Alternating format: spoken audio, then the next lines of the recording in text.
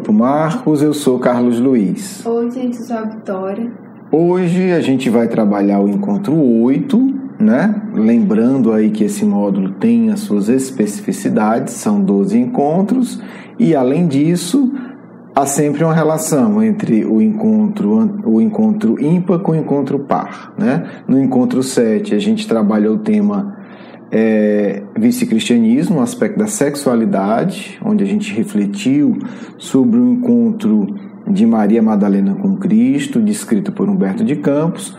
Hoje a gente vai trabalhar vice-cristianismo, né, o tema da sexualidade, hoje. Quer dizer, o que é esse hoje? São histórias mais próximas da nossa atualidade, né? Uma diferença aí de 2000 anos, os dramas continuam muito parecidos.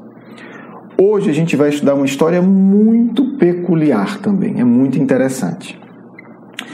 Porque é uma história de um espírito, né, que André Luiz classifica, né, como um apóstolo da abnegação e do bom senso. Um espírito que é famoso pela sua bondade e paciência.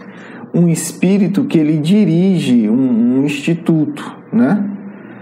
Ele não é ministro do nosso lar, mas ele é um departamento do Ministério da Regeneração. Então, assim, um espírito que tem uma certa liderança, um espírito que é amado e respeitado.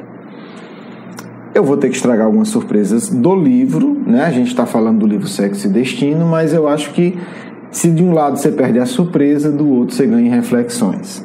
Se quiser parar, ler o livro e voltar, também é uma possibilidade sua, é algo que vale a pena.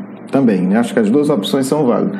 Ouvir e ler ou reler o livro, ou parar, ler o livro e voltar para o programa. Fique à vontade, né? A tecnologia nos dá esse tipo de liberdade de uma maneira muito bonita.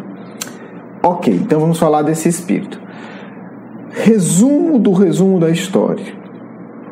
Está sendo atendido todo um grupo familiar, com uma série de tragédias, obviamente ligadas à sexualidade desregrada. Estamos falando de traição, estamos falando de incesto, estamos falando de abuso sexual, pai abusando sexualmente de filho, mãe usando sexualmente a filha, enfim, todo um conjunto aí que não dá para entrar, né? Não dá para entrar nos meandros, porque precisaria de uma série sobre esse livro, né? Dada a profundidade, a complexidade e a dor envolvida, né? Porque o abuso sexual, das mais diversas formas, é um dos maiores traumas que o ser humano pode enfrentar e, infelizmente, hoje é o fator específico que mais gera suicídio e loucura no planeta Terra.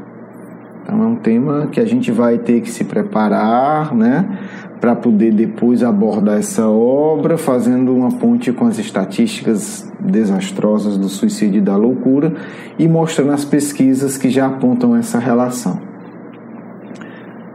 A história específica que a gente vai trabalhar é do Félix. Existem dezenas de outras histórias, como eu estou falando aqui. Ok. A grande questão é que em um desses atendimentos, uma dessas personagens é feita uma regressão de memória como forma terapêutica e ela vai revelar a história que o Félix está ligado, né? Como é que começou todo um drama, um conjunto de dramas e desgraças, né? E aí nessa regressão ela vai voltar para o início do século XIX, né? 1800 e pouquinho, onde começa toda essa história. E aí a gente vai focar agora na história do Álvaro, né? Que de certa forma foi o espírito desencadeador desse drama. Vamos ser muito claros, né? O Álvaro ele não é responsável por tudo, né? Cada espírito tem a sua responsabilidade individual, mas cada um de nós também tem a responsabilidade do que eu chamo, nas minhas palavras, do direito autoral da obra. Você tem uma comissão naquilo ali, você teve parte, certo? Então tem um pedaço do direito autoral da desgraça toda que é do Álvaro, sim, como o Álvaro coloca, tá certo? Por quê? Porque é a história do plantio. É muito infantil a gente achar que Deus nos permite nós sermos seres inertes. Não dá. A gente está sempre plantando. E quem já fez aquela famosa experiência do pé de feijão na escola, o feijão cresce, e se deixar ele se multiplica. Então, a natureza funciona com a lógica da progressão, do plantio, né? Você planta uma semente que dá uma árvore, que dá dezenas de frutos, que dão centenas de sementes, que podem dar centenas de árvores, e a coisa é avassaladora. Então é isso, para o bem e para o mal. Por isso, né, meu irmãozinho e minha irmãzinha, intervalo comercial, faça o bem, porque vai multiplicar, dá lucro esse negócio.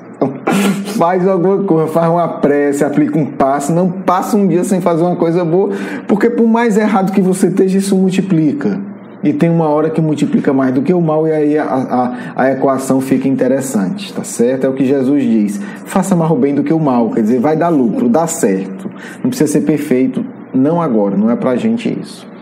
Mas vamos para a história do Álvaro. Para quem não sabe, o Álvaro, né, o fundador dessas desgraças que a gente vai começar a narrar, é o Félix.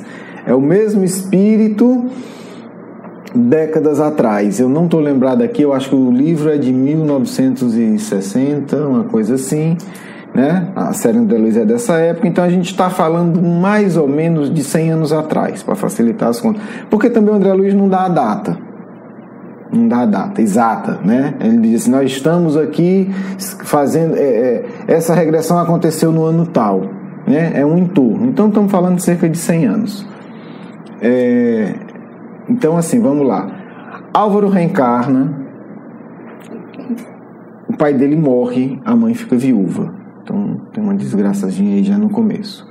Só que a mãe casa de novo, né, com a pessoa que ama, a diferença de idade é pouco, eles se amam muito, ela é nova, 20 e poucos anos, o marido 20 e poucos anos, e o Justiniano adota realmente o Álvaro como filho, e o Álvaro cresce como filho dele, né, no sentido emocional, de carinho e tal.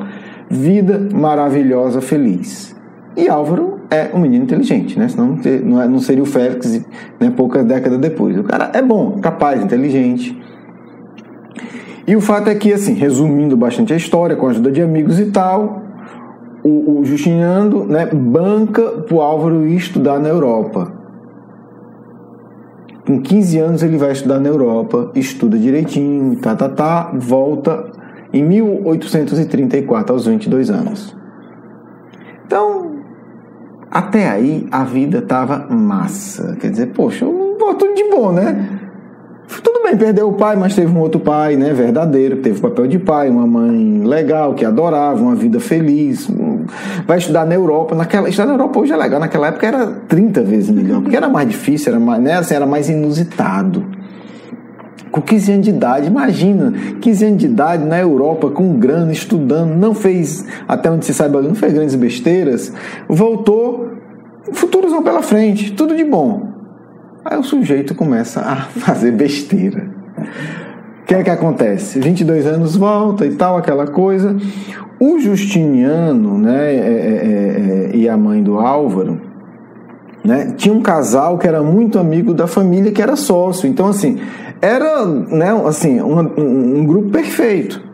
Porque as mulheres se davam bem, os maridos se davam bem, eram amigos e sócios. Então, assim... Poxa, era como, né, eram dois casais família, né? Juntos, viajavam juntos, frequentavam a casa um do outro, se encontravam, os dois tinham um negócio juntos, ganhavam um bom dinheiro, tudo de bom. Ok, vai no baile, olha o que acontece. O Álvaro, garotão, como todo garotão sabe de tudo, é mais inteligente que o universo, né? Mais sabido, né? Acha que ninguém viveu o que ele está vivendo. Enfim, se apaixona pela a mulher do Justiniano, o sócio do pai. E a mulher, cabeça de vento, também se apaixona. Gente, vamos lá. Podia até sentir alguma coisa, podia até se apaixonar, mas, sabe, não cabe. Vamos se afastar e um abraço. O fato é que os dois começam a sair, começam a se encontrar socialmente, começa isso... Começa aquilo, começa passeio tal, não sei o que, tem um caso. Escondido, obviamente. Até que, para variar, né, ninguém nunca viu essa história, O marido descobre. É a coisa, né? Assim, é muito interessante isso me espanta, né? Como nós, eu me incluo, espírito atrasado, a gente consegue ser burro, né? E hoje em dia a gente vê isso todo dia. Você não está vendo que vai ser descoberto? Você não está vendo que esse negócio vai dar errado? Você não está vendo que, sabe assim, é tanta história ao longo dos milênios, a gente repete e acha que não vai.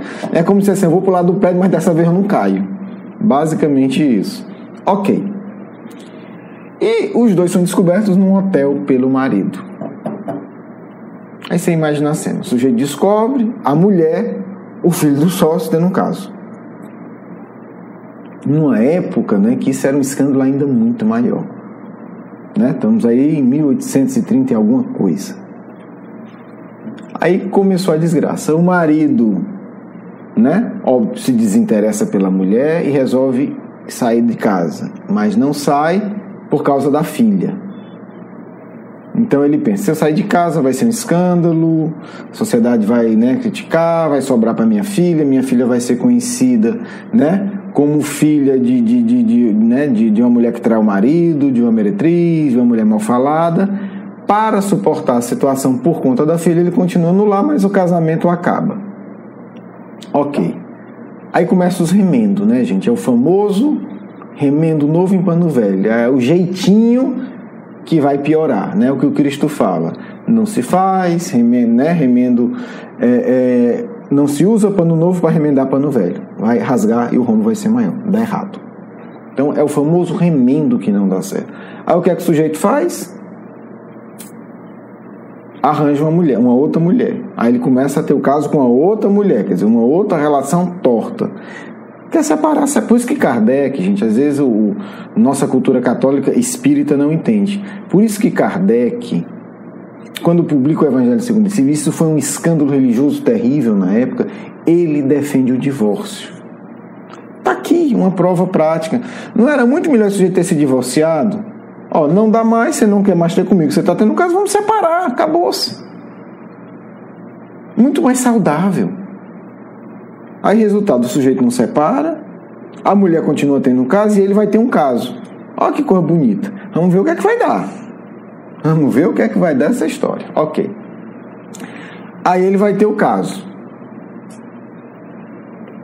A mulher, que chama Brits, que é um personagem importante da história, né, que está tendo o caso com Álvaro, né, são os nossos dois personagens centrais, foi feliz. Acabou, foi ajudando ele ter o caso. Por quê? Ela não queria nada com ele. Ele tendo um caso, ela, né, enchia menos o saco dela. Deus do céu, gente, já fez a besteira, separa. Na verdade, né, o certo, se quer fazer a besteira, já separava antes. Assume. Você está dizendo que isso é o certo? Não, eu estou dizendo que é o menos errado. Se ela não consegue, ela devia ter chegado e disse assim, olha, não tem mais nada entre a gente, eu não quero mais ficar com você, eu vou me separar. É mais honesto. O erro honesto é 1000 vezes preferível do que o erro com falsidade, porque aí é um erro multiplicado pela falsidade.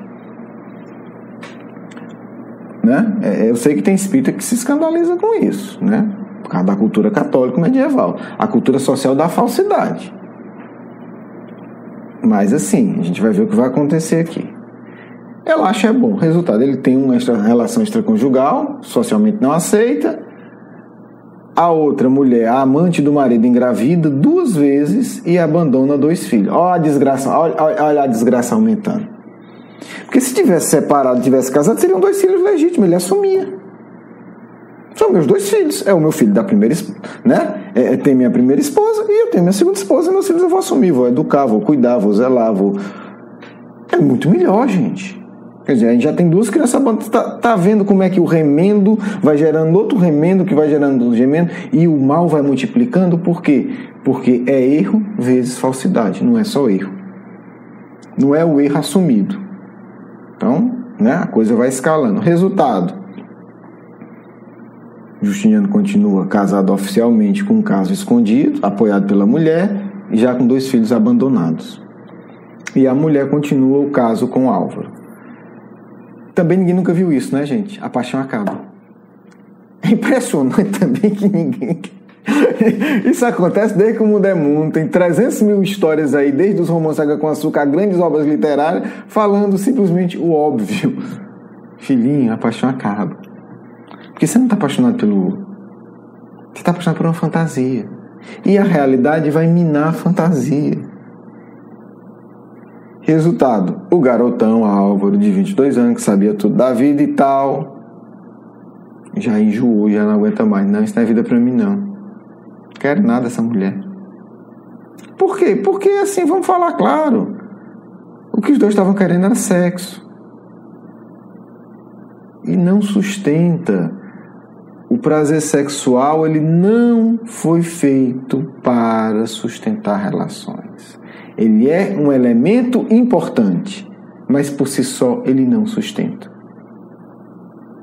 Não adianta. Pesquisa, estuda, olha ao redor, conheça histórias, nunca sustentou. Né? A não ser que seja um sexo vício, um sexo perversão. E ainda assim não sustenta. Ele sustenta, você pode desenvolver o vício sexual, mas uma relação não sustenta. Porque o vício sexual vai levar à promiscuidade.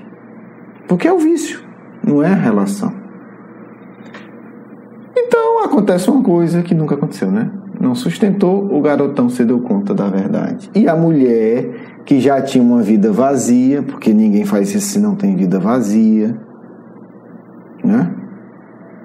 E uma vida vazia sem coragem de assumir.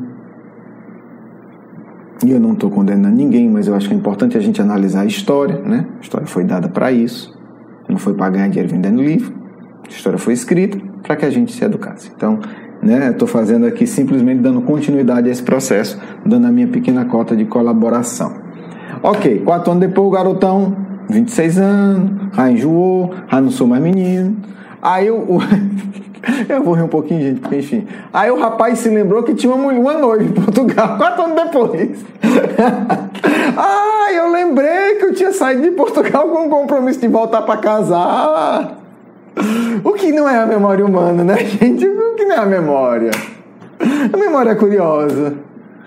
Só que aí, a Brits, aquela mulher vazia, que se apaixonou, que seduziu, disse, não, agora você vai me deixar sem nada? Eu me mato.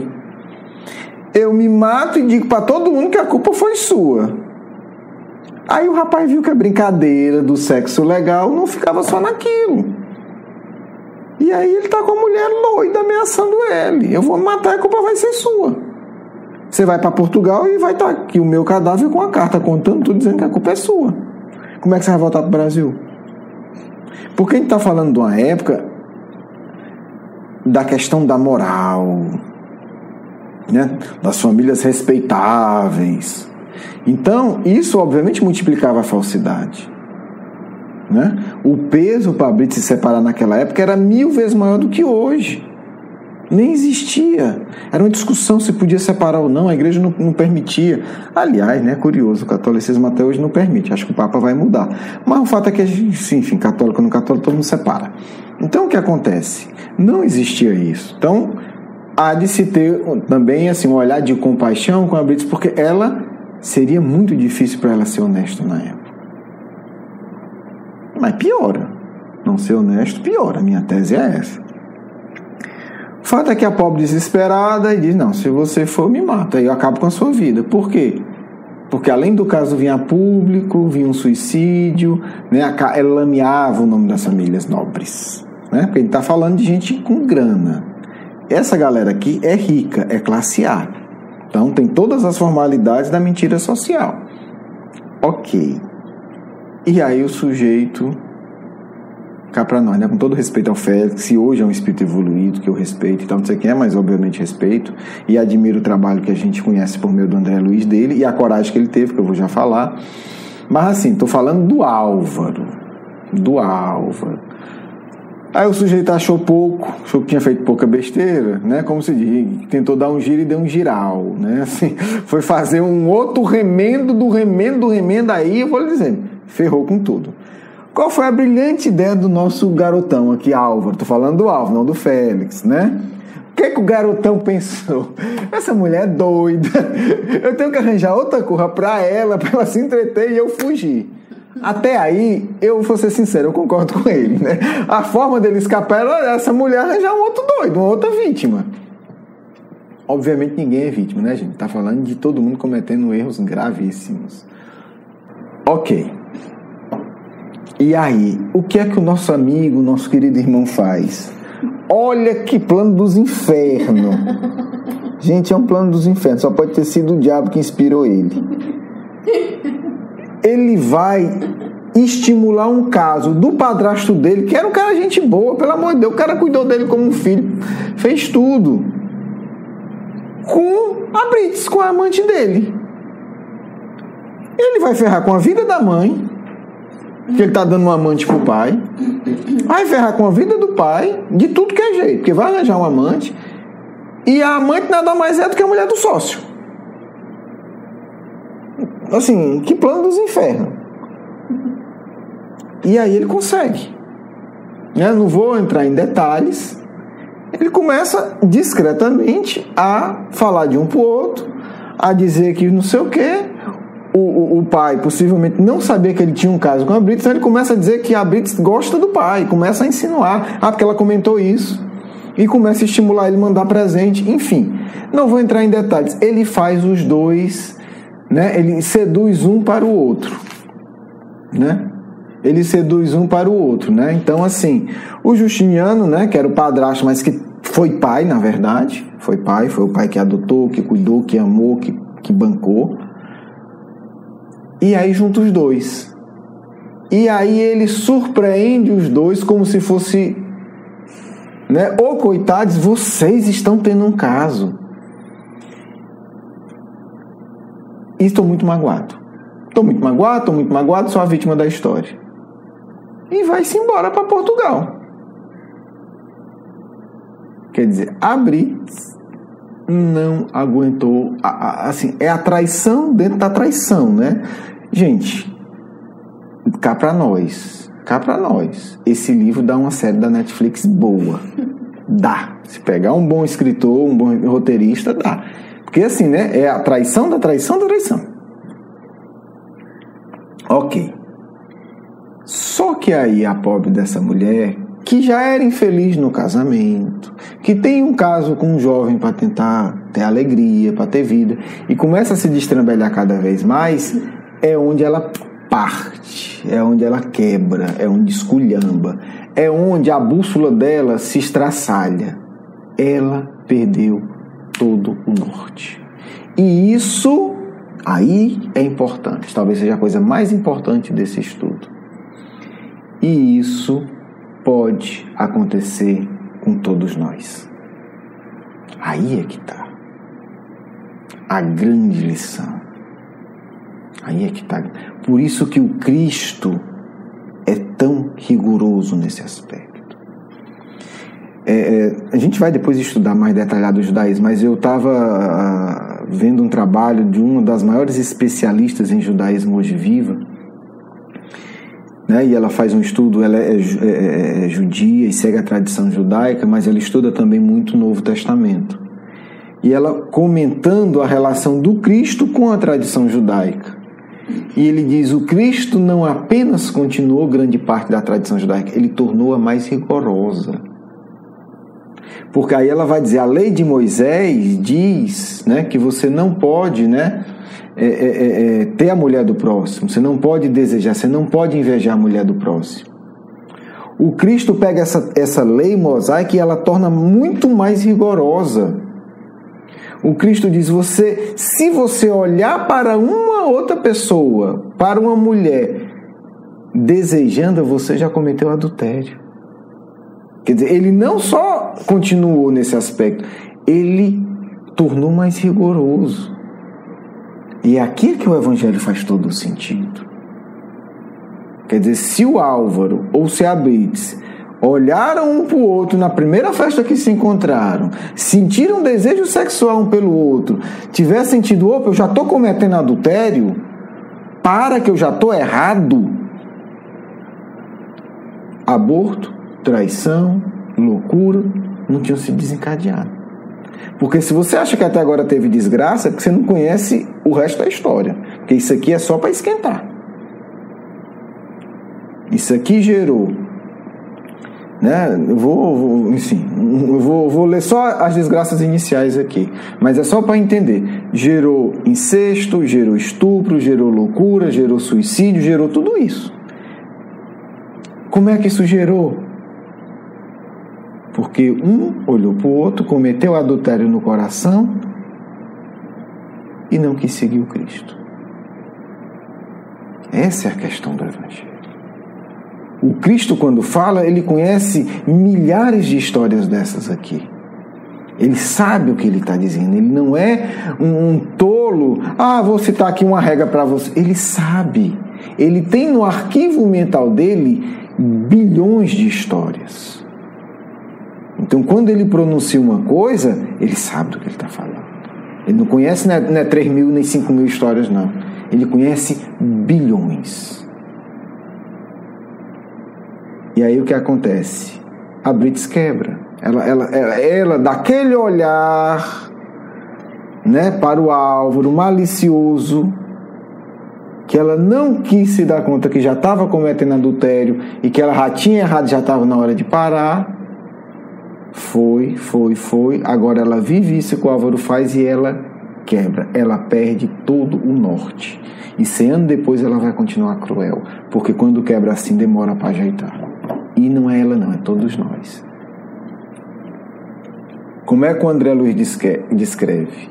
A partir daquele golpe, a senhora Castanheira, né, que é a Brits de Castanheira, tem uma nova personalidade. Né? Vocês que já fizeram outro módulo sabem que a gente está falando das subpersonalidades. A personalidade que ela estava alimentando. Convertera-se em mulher calculista e cruel.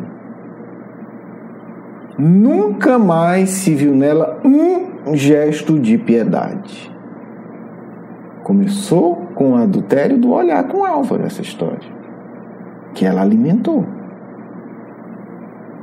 Ela podia não ter alimentado, ela podia ter dito, opa, o que é que Jesus diz sobre isso? Calma lá, ele sabe das coisas. Para onde é que eu vou? O que é que eu faço com isso? Porque para ela, naquela hora, era muito fácil. Vou me afastar, é o filho do sócio do meu marido, eu não preciso encontrar mais. Ou encontra, boa noite, boa tarde, tchau, vai para outro canto. Ela não tinha nem que conversar com ele. Estavam situações totalmente diversas. Seu filho, tudo bem? Tchau. Você está bem, meu filho? Tô. Acabou-se.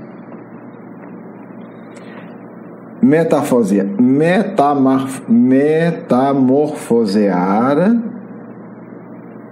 Justiniano, quer dizer, começaram um caso num homem de sexualidade pervertida. Aí ela se entrega a todo tipo de devassidão. Todo tipo. Quer dizer, ela vai prendê-lo pela perversão sexual e acontece muito hoje. A mulher acha, não, se eu perverter ele, se eu alimentar ele com todas as fantasias sexuais, ele não vai me largar, né? Um doce engano. Então, assim, ela usa todo tipo de perversão sexual para dominar o Justiniano, ao ponto, olha o ponto que chegou, de prostituir a própria filha para ele. Ele pega uma filha de 15 anos e diz, não, se ele está cansado de me usar com todas as perversões sexuais, agora ele vai usar minha filha, porque é uma forma que eu tenho de dominá-la. É uma forma. E o sentimento da filha? Ela não está preocupada com isso, né? Ela abandonou todos os gestos de piedade. Então ela vai usar a filha para ampliar a perversão sexual do Justiniano para mantê-lo. Para extrair dele o quê? Dinheiro, terra, tudo. Ela quer dominá-lo. Então ela busca prendê-lo pela perversão sexual. Olha o ser que ela se torna. Ainda não contente, então ela consegue isso, ela mantém o Justiniano pela perversão sexual dela e da filha. Só que ela não para por aí. Ela começa a desencaminhar outras meninas. Desencaminhou a filha e agora começa a usar as outras. Ela era da alta sociedade, tinha acesso. E aí ela começa a desencaminhar moças com formação nobre. Quer dizer, ela via alguém, né, bem educada, honesta, que estava ali buscando seu crescimento espiritual, ter uma vida digna, e começava a perverter. Conversa, faz amizade, conta uma historinha inocente, conta outra, convida não sei para quê, até encaminhá-las à prostituição. Quer dizer, ela prostitui a filha para garantir, digamos assim, a casa dela, e aí sai para fazer mais coisas. Né? Começa a pegar jovens, fazer amizade e prostituí-las. Encaminha, conhece um homem mais velho que tem dinheiro, você me paga tanto que eu ajudo vocês, eu vou iludir ela, e você vai fazer o que quiser com ela. E aí começa vício, crime, assassinato, aborto, droga, enfim, ela se torna um demônio. Né? Um demônio social. Torna a pessoa que vai alimentando todo tipo de perversão. E aí o que acontece? O amante resolve assumir a Virgínia, filha dessa mulher, para viver com ele. Ele abandona a esposa, a mãe do Álvaro, o Justiniano abandona a mãe do Álvaro e vai viver com a filha da Brits, da ex-amante do Álvaro. Obviamente, eles eram amigos e sócios. Até então, o mais provável é que o amigo não soubesse dessa história. O amigo não sabia que ele estava tendo um caso com a mulher dele e com a filha. Quer dizer, era toda uma perversão, mas socialmente eles eram amigos e sócios, estava tudo bem, havia um respeito, né? Cumprimentava a mulher dele com respeito, cumprimentava a filha dele com respeito social, ninguém sabia. Né? Era um acordo de perversão que a Brits fazia para manter, porque aí também o Justiniano estava na mão dele, quer dizer, tinha relação sexual pervertida com ela, com a filha, né? O que é que ela pensava? Não, então ele está na minha mão. Já pensou se eu conto isso? Ele vai ter que pagar o que eu quero. Só que o Justiniano resolve abandonar a mulher e assumir uma vida com a Virgínia. O que o pai não concorda. Deve ter tomado um susto. Mas como? Você com minha filha? Você não é casado? E o pai não concorda porque ele era casado. Quer dizer, imagina na época, a filha dele ia ser a amante do sócio, não era a esposa. Ia ser uma amante, os filhos ilegítimos. Obviamente eles viram inimigos e passam 11 anos brigando, com vários conflitos. Até que um, resumidamente, manda matar o outro. Ele aparece morto a punhaladas, né? É colocada a culpa em escravos que estavam fugindo e fica por isso mesmo. Né? O Justiniano manda matar, né, o pai da Virgínia. E depois, né, é organizado, aí eu não vou entrar em detalhes, né, porque o marido da Brits, ele vai ter um caso, como a gente falou, né, que ela mesma incentivou, e essa mulher que tinha um caso com ele se junta com um homem e os dois se vingam também e matam o Justiniano. Então nós temos 2 assassinatos também aí na história registrado. Ok. E aí o Álvaro volta de Portugal. Imagina o grau de peso na consciência. Ele foi o início, ele não é o único responsável, mas ele foi o início da desgraça, de dezenas de desgraças envolvendo o padrasto, que era um pai, a mãe, que sempre cuidou dele com amor, e o padrasto também, o melhor amigo do pai, a melhor amiga da mãe, e tudo isso com assassinatos, crimes, aborto, droga, perversão sexual, enfim, a desgraça. Bem, ele passou a vida como um solteiro, tudo indica que desencarnou muito mal, ficou algumas décadas, ninguém sabe como, e olha que bonito, foi resgatado por um espírito, né, chamada Irmã Damiana, que foi uma cristã verdadeira, mas que não há nenhum registro histórico dela. E ela, no plano espiritual, se dedica a resgatar os espíritos que estão nessa situação calamitosa.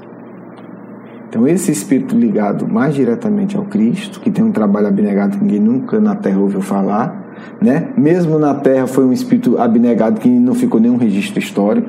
No plano espiritual continua fazendo isso, né? Tem o ambiente inicial de socorro dela, né? São cerca de 1000 espíritos.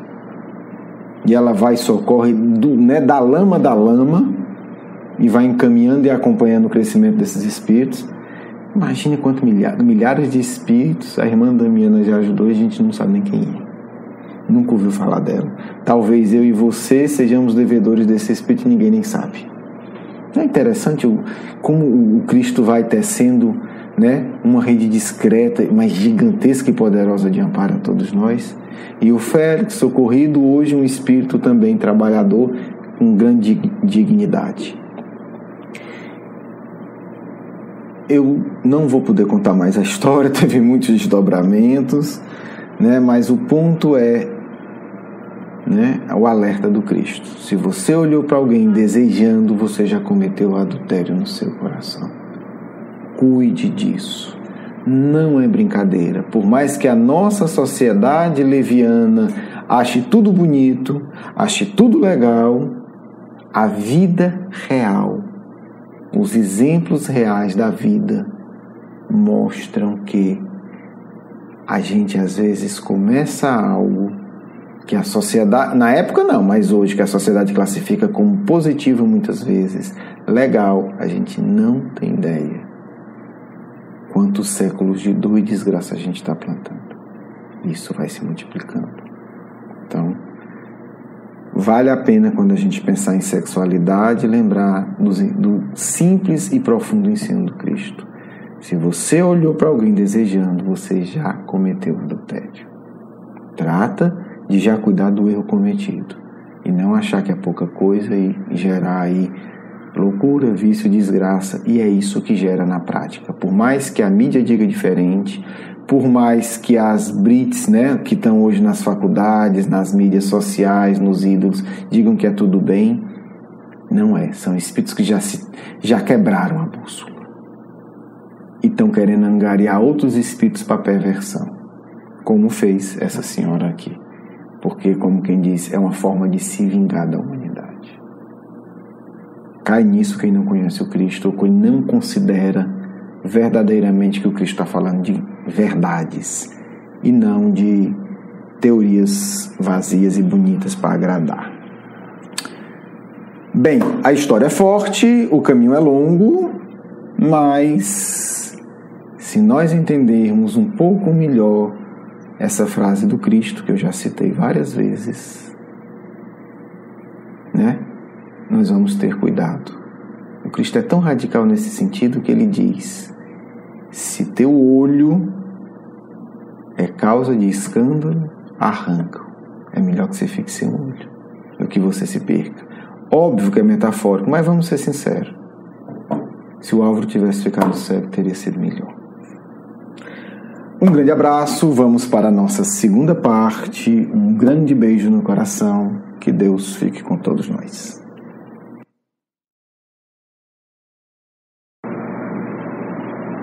Paz e alegria em vossos corações. Que o Cristo nos envolva a todos, com o seu amor sereno e elevado, com a sua vontade poderosa, para que consigamos em seu nome falar do amor. Muito obrigada pela sua presença hoje. Nossa dúvida é como podemos evitar que caiamos em erros semelhantes ao do Espírito Álvaro do livro Sexo e Destino. Primeiro, questionando-se. Por que nós que trabalhamos em nome do Cristo, vinculados ao Consolador, vos destinamos essa história?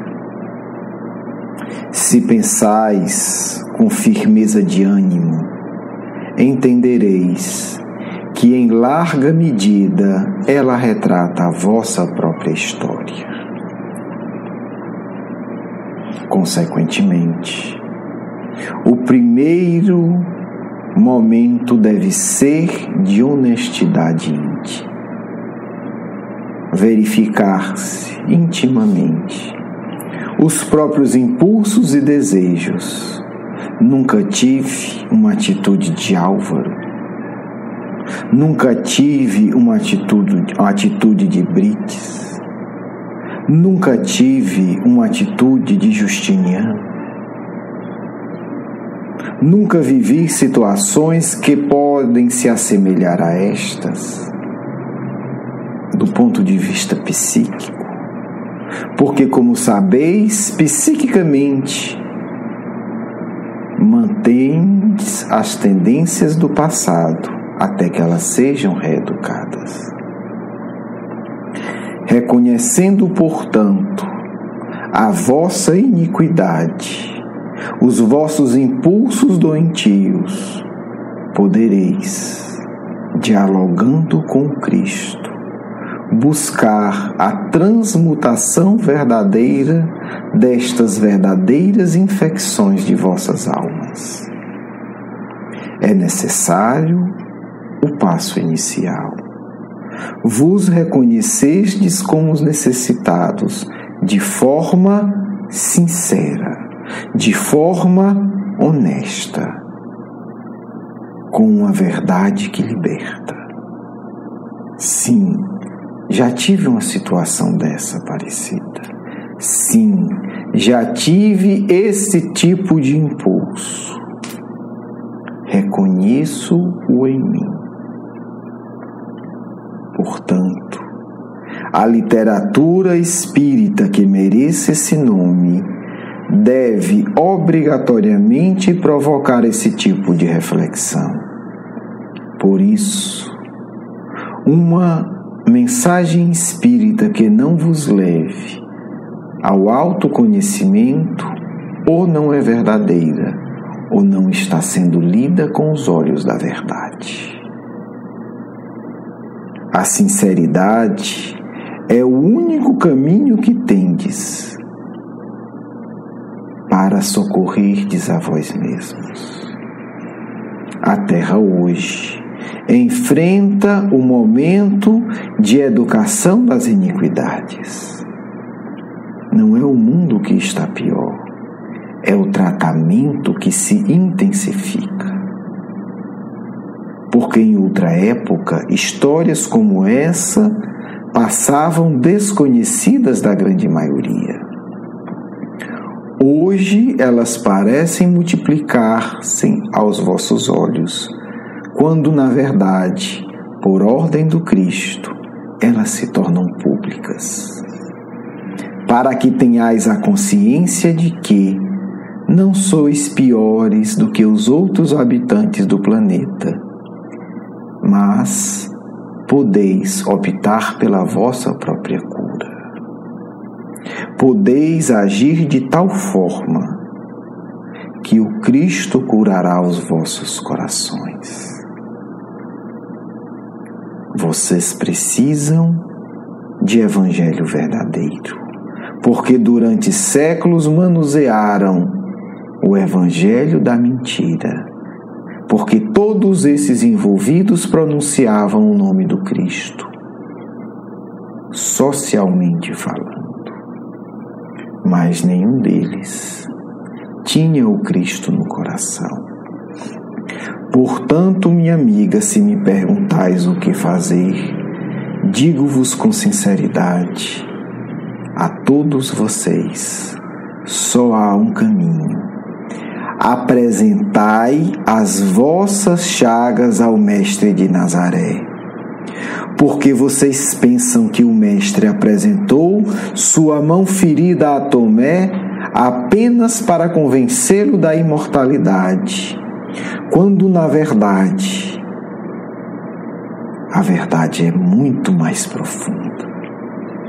O Cristo mostra as suas chagas para curar a chaga da incredulidade de Tomé, mas mais ainda para vos ensinar que somente quando tiverdes a dignidade de mostrar as próprias chagas ao Cristo, Ele vos curará. Mostrai as vossas chagas. Esse é o pedido da vossa consciência e essa é a lei do Criador. Mostrai diariamente as vossas chagas ao Cristo, com sinceridade, e não tereis o mesmo destino desse espírito infeliz que desencadeou milhares de crimes.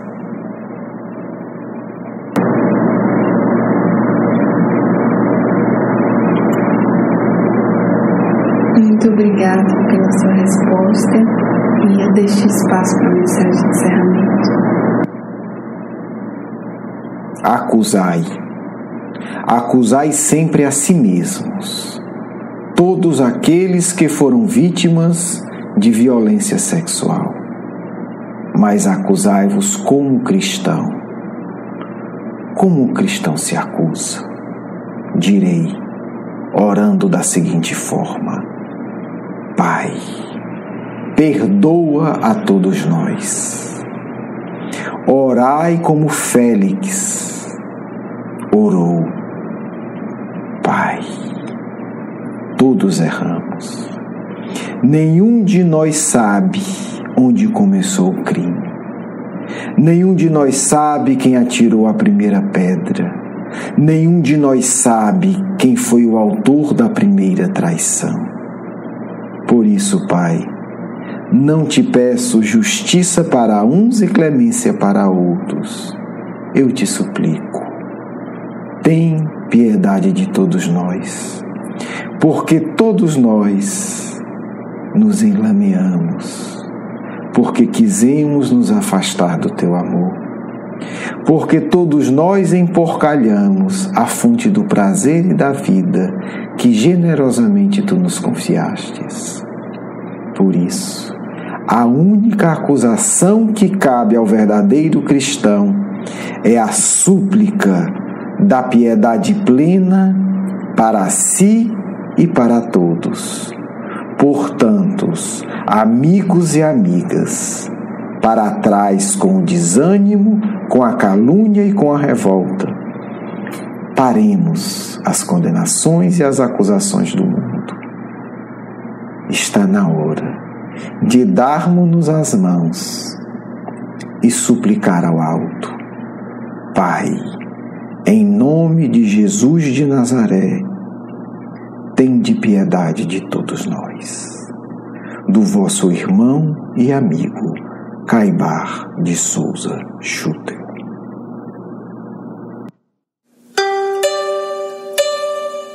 Quero agradecer o seu carinho, a sua atenção, e para conhecer mais do nosso curso Educação Espírita, um convite à juventude, do nosso programa Nova Geração e os nossos livros, por favor, visite o nosso blog grupomarcos.com.br. Você é muito bem-vindo. Um grande abraço.